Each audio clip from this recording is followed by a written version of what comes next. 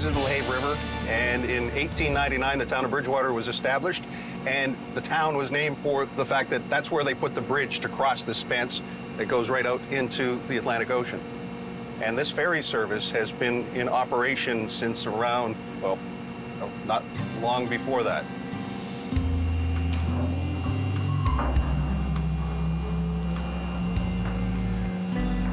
My name's Tom Mercer.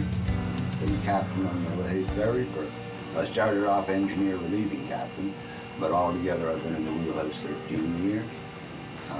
You live close by? Yeah, 7 minutes up the river, actually, 7 kilometers. So And where did you grow up? Perfect. I grew up right here. Right here? Yeah, that's one of the, I think if you grew up on the river, you want a job on the ferry. I really do. I think it's one of the coolest things about our community. And, back in the day, it was a family operation for hundreds of years. Mm-hmm.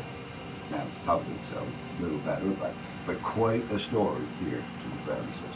So as a captain of a cable ferry, you're not really steering. Not steering. So what is the main purpose, main role of the captain on a cable ferry? Well, basically, I come to work every day, and I set my sights on keeping everybody safe and keeping out of trouble. I don't think of much else. Right. I've been a fisherman my whole life, basically marine engineer fisherman. I retired from that in 2007 for the second time. I was done. And like so many other maritimers, you start getting calls. Do you want to go to Calgary? And took a job operating a crane. And didn't take to it at all. A seaman should never go inland. Didn't fit, wasn't a good fit, I came home. A couple of days later, I get talking to a friend up in the mall. What are you doing? Well, I just got back from Calgary. And he said, oh boy, do I got a job for you. And that was the start. A couple of months I was here. They were looking for a guy, couldn't find a guy. And life's funny, isn't that, right? You never know what's gonna happen when you get up in the morning.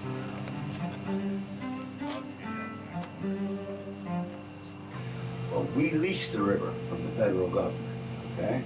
$1 for 100 years or something. And that gives us the right to shut the ferry down, okay? Now that red light's on right now. When I get the ramp down, okay, but there's no vessels in sight today, so I might not do this otherwise. But all you gotta do if you see a vessel coming, and the bigger boats know the score, they know the rules. And they'll look for the range lights. Because when I come in a dock like this, if there's a big vessel coming on the river, I change that light right here. Okay, it's green, I'm gonna make it green. When I put that green light on, anybody that knows will know that we just opened the river to them. We gave them a green light to go, okay? Right. So this cuts off considerable trip through Bridgewater and around. 45 kilometers. Which, yeah, when the price of fuel is high, well, you makes a difference. Now we're burning 2 gallons an hour. See, that's the wonderful thing about a cable ferry. Mm-hmm. A propeller spins a lot before it even moves, right? If them bull wheels move an inch, this boat moves an inch. There's no wasted inertia, right? There's no wasted energy. Now you can imagine, sometimes we'll have 3 dump trucks, 2 or 3 great big Hemi Dodges, terrible on gas, and a half a dozen other cars, and I sit here and I say, okay, then we're gonna burn 5 gallons to get around, then we're gonna burn 2 gallons, figure it out, we're gonna burn 2 liters. All summer we were doing 90 crossings a day, and it was a 45-gallon drum of fuel. So it's great, I mean, the cable ferries could save the world, as far as I'm concerned. Mike Kendall, how long have you been doing this job? Just since January of this year, actually. Yeah. Before that, you were doing what? I actually lived up in Nunavut, so I lived up there for 7 years. Just moved home. I'm from just up the river, so I was working up there for the last 7. So how does one get a job like this? What kind of training do you have? So luckily enough, I worked for the government up north, and I was doing search and rescue stuff for them. So I ended up getting to go to school up there, taking my SVOP and my MED1 and my radio communications certificates, and then I was able to be qualified to get the job here when I moved home. So your primary role is to do what on board the Himmelman? Our main role for an engineer on here is mainly just loading and unloading passengers in the cars, as well as maintaining the engines inside the engine room and any small maintenance that goes on out the ferry. And you must see a lot of familiar faces where this is a commuter route for a lot of people. Yeah, 100%. Yeah. We have our regular customers, as well as the summer season's very, very busy with tourism. So. I saw somebody go to their trunk to get something out to hand to you. Yeah. Is that someone you know, or is it? Yeah, that would be a regular. Yeah, Okay. That's one of our regulars. They go over. They have a small cafe and restaurant down towards the beaches, and they go over and sell things at the market in Lunenburg. So usually, if they have anything left over, we're lucky enough to get a couple treats from them. So Now the captain says this is the best job he's ever had. I can't complain. Yeah, I have to say it's probably one of the best ones I've ever had for sure. Yeah. What makes it? I think it's the crew. I think we have a great crew here, as well as the people, our passengers that come on, and the regulars, as well as meeting people from all over the world, and just getting to talk to people, find out their life story, get to share my life story, and yeah, I'd say it's probably that would be the best part of the job, is meeting new people. So cool. Well, there was a time when you would flash your headlights on either bank in order to hail the ferry. How long? You remember We that? still do it. Oh yes, but we have a little better system now. This is the talk back. This is actually CB radio. Talks to either side. There's a speaker over there, and we got cell phones now. Most people, when they leave Lunenburg, will call and say, "We're leaving Lunenburg. What side are you guys on?" And we'll chug over, and they'll just drive on and take them over. Now it does say on the sign that there's a schedule, but you are a load and go for the most part. When we're busy. When we're busy, the rule is if we leave anybody behind, we gotta come back for them. And that's how you get 90 trips a day, a 60 trip day, right? These load and go. But we're never, ever more than one trip behind. You know, I always tell people, if we don't get you on this time, we'll get you next time. Don't get PO'd and drive around, because you won't get around as fast as we'll get back and get you and get too old.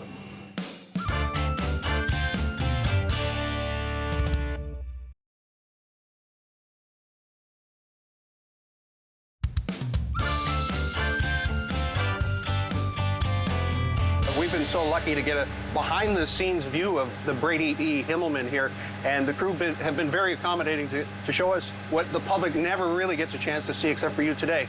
And it's really kind of neat to see what exactly is taking place and how this ferry operates, this cable ferry. And it's another one of these looks, one of these opportunities for us to learn together here on MariTIME Machines. So to talk about the machine itself that makes this happen, or what is the actual engine, what is the gear, the mechanism that works? So it's two different engines. We have the main engine that runs a hydraulic pump, which runs the hydraulics that runs the boat. And then we also have a secondary engine, which is the generator, which powers all of the electrical equipment on it. So we're going to take a look at below deck and in the engine room. So how often are you in there in a shift? Below deck, we go down and do periodic checks, but engine room, we do every hour or 2 hours. And what are you looking for? Just any imperfections, any motor leaks and oil leaks, stuff like that, checking our gauges, making sure the temperatures aren't climbing and things like that. So the engine is actually what's driving the hydraulics? Yeah, drives the hydraulic gear, and that gear drives the hydraulic pump. Yeah. And which also makes the bull gears? All that. Everything's hydraulically driven. Yeah. Okay. Yeah. Oh, we'll take a look then. Okay.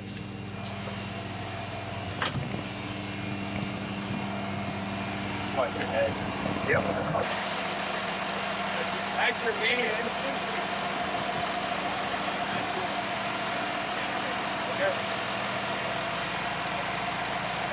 That's the gearbox that drives. That's all your hydraulic pumps. Those are your main hydraulic. Now, as a cable ferry, we were told it's just about a half a mile from one side of the river to the other. Yes. And what's gripping the cable? How is that mechanically happening? Yeah, so that's just actually under the hatches, under the center of the deck there, there's two big drums. They're called bull wheels, or two big wheels, bull wheels. And the cable just wraps around the two of those, and we actually travel on the cable, and the wheels turn. We run on the cable doesn't pull us, which some people think. Yeah. So when you say you run on the cable, Yeah. you're you kind of describe that in layman's terms. What's happening? So there's a cable that lays right on the bottom of the river that's attached on either end. We are strung through that cable, or that cable's strung through us, and it runs over top the 2 wheels.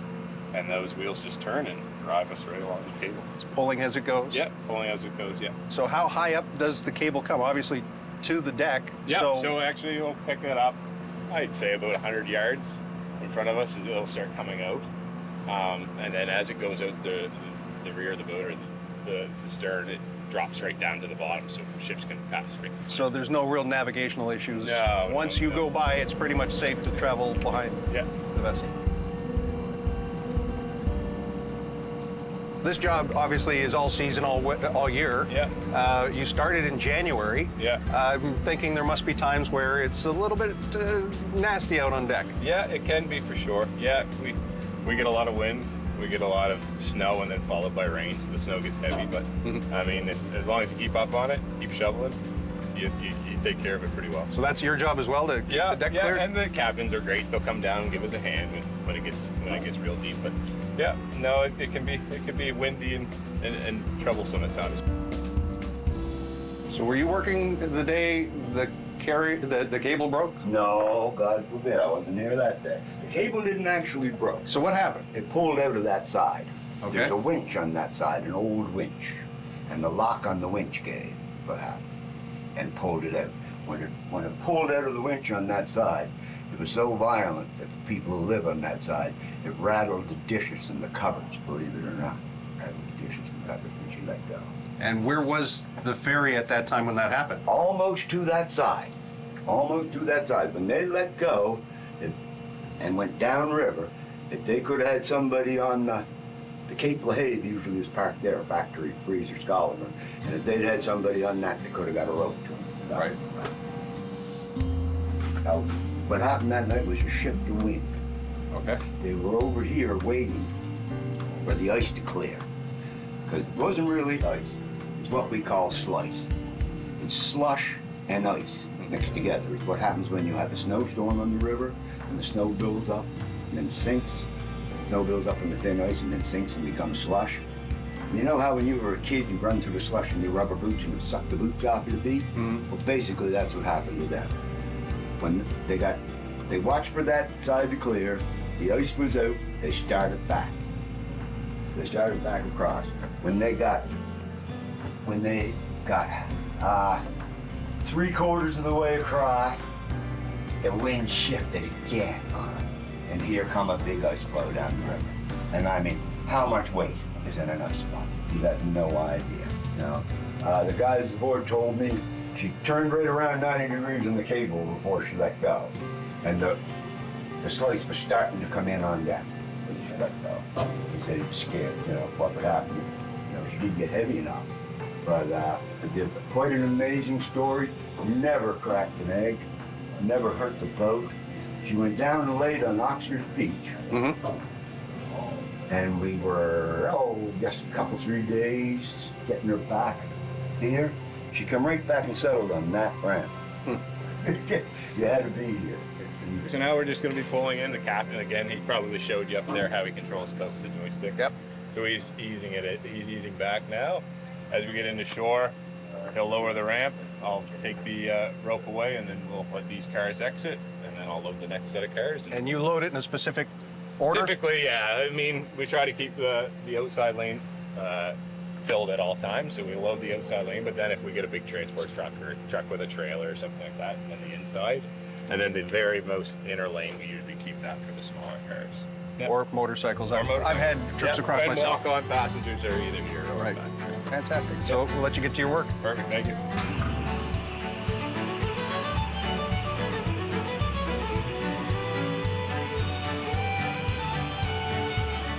Now, the pandemic brought about a big change for a lot of people, including they made the ferry free of charge for travelers. Greatest thing they ever did. And that's continued on, and nothing So far, we cross our fingers. nothing, and people seem to appreciate that. Oh, unbelievable. So what happens when storm system comes? 19 years ago it was Hurricane Juan. There's a possibility of another hurricane moving in. Yeah, So- we'll lay it, whether for ramp, probably this ramp will be laying. We'll put lines on it, Right. in case it gets too bad, and just ride it out. Take care of the boat. You know, it's like I say, basically that's my job, to keep everybody safe. So will you be, if there is weather and it is tied up, do you stay on board? There'll be somebody here. I'll be here Saturday morning. I come in 7 o'clock Saturday morning, so it should be interesting. So how often does weather interrupt the ferry here? Some years not too bad. Some years it gets disheartening. It does. You know, you just get back in and you're out. You just get back in and you're out.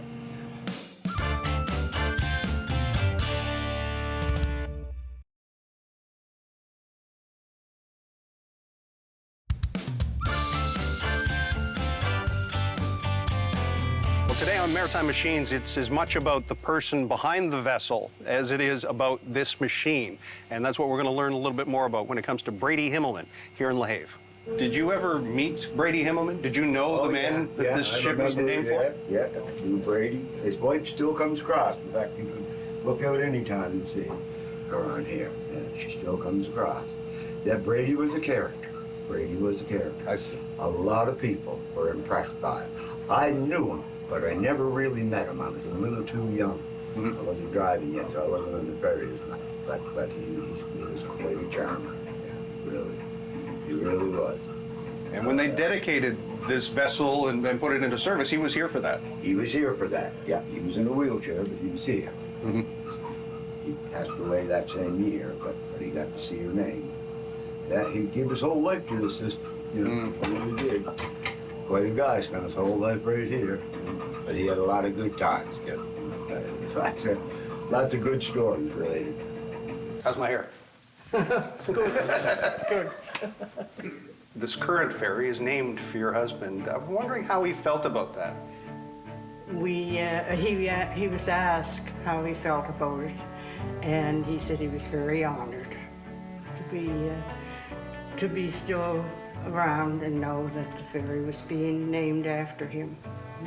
Now, he gave up an opportunity to become a Mountie, an RCMP officer, to stay with this, according to the obituary. Yes, after he was discharged from the Air Force Marine section during the war, and he went all through the ritual to become an RCMP, but he came home and his mother and family had decided that they wanted him to take the ferry. Plus the community people thought that that would be an opportunity for him. Was it a calling? Why did he want to be a ferry operator? Why did he do that for more than 35 years? Well, I guess because his father and his uncle had run the ferry. If you have seen pictures of the ones with the oars, the old ferry then, and I guess they thought it was nice to be able to tradition, keep it family run ferry. And in 2010, the ferry was dedicated in his name. It was put into service. And he started running the ferry in 1948. It was before I knew him. Yeah. And for a time, he was at the hospital in Lunenburg. Would you be taking the ferry to visit him? Yes, I went every day that was possible, and I told him that I would come every day. And I used the ferry, of course. And you still, the captain says he still sees you on Oh, occasion yes, taking... I still use the ferry. I was there on the board Saturday, I went to Lunenburg. How would people describe your husband? Well, he was very outgoing, very friendly, and he would do anything for anybody to help out, and I wanted for nothing. Whatever I needed, he was there, and tremendous husband. Couldn't ask for any better. It's amazing you'll still get people. Now, this happened probably 4 or 5 years ago. A young couple came on deck, and they said, our grandmother visited here. How many years ago? And she always mentions that at the LaHave Ferry she met the nicest man. And I pointed to the sign on the boat. I pointed to the nameplate. they said, oh my God. You see, during the war, there was no ferry. Oh, okay. No. So that's why Brady started up in 1948. What do you know about that picture there on the right-hand side? That was when the Valerie H was brought down new from Dayspring. It was Warren Robar who built that boat. And that was named for your daughter? Yes. And it was a barge, essentially, that was towed? It was a towboat. Oh, a towboat, They, okay. they towed the barge. The government provided the barge. And Brady had the boat built. So what do these pictures mean to you? What do you think of when you look at them? Well, I still remember those days. Still remember those days. Yes. He started the ferry in 1948, and I have his letter from the government that they told him he would be retiring on his birthday, December 31st, 1982. And how old would he have been then? 65. So they Had to said- retire right on the day. Did he miss it? Yes, he did. He did miss it. But he kept busy, but he missed the ferry. He would have loved to have been able to stay, but no, he had to retire at 65. Yep, they just notified him that he was finished.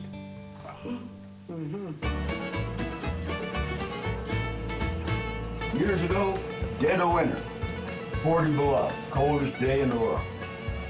We're going across, and I'm working a lot of hours overtime. So, got a boat here, and I looked, and I seen a seal going with a hag on his back. You know, where the hag used to got to dry their wings? Cormorant is what we call it. But they got to dry their wings, drain the water up before they can fly, and here's a seal taking, so I say, look, you know, keep this under your hat. You fell asleep, you're really tired, don't tell nobody because you dreamt this. By the time we got to shore, that was my plan, and I was sticking to it. I'm not telling nobody that. This never happened. First guy to come on, I'm in the accommodation, he said, now I seen it all, now I seen it all. I just see a seal give a cormorant a ride across the river. And I yelled down, I said, Kevin, thank you. Thank you, thank you, thank you. I'm so happy somebody else saw that, right? But that was the weirdest thing I ever witnessed. Yeah. But it's a strange place. It is a little bit strange. It seems to strike you funny about this. Well, it's, if you ever met anybody that loves their job before, let them know. Okay, I wake up most mornings, you know, smiling because I'm going to work. Not every morning, but most mornings. Well, this is the Brady Himmelman, and we've had an amazing adventure learning more about this vessel and the historic run between the two sides of the LaHave River. And we're really grateful for the crew's time and expertise and stories here on Maritime Machines.